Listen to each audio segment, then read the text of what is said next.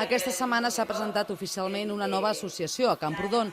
Es tracta de Tanauca, que després de veure les dificultats que hi ha arreu del món s'han decidit establir a la vila camprodonina per aportar el seu granet de sorra per millorar el benestar de la nostra societat.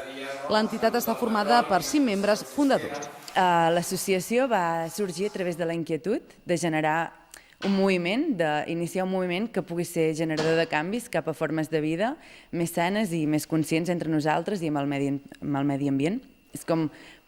És tan important, entenem que és tan important ajudar a fora o en problemes que ja s'han fet grans com realitzar aquests canvis en el nostre dia a dia. Tanauca, nom originari d'una tribu de la selva peruana, vol dir casa gran o casa de tots. Per tant, a la seu social de l'entitat, situada al carrer Josep Morer, s'ofereix teràpies naturals, compra, venda o intercanvi de productes d'alimentació, xerrades i tallers de diverses temàtiques.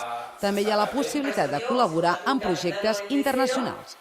És un punt que es diu Mon Amic, que s'ha creat...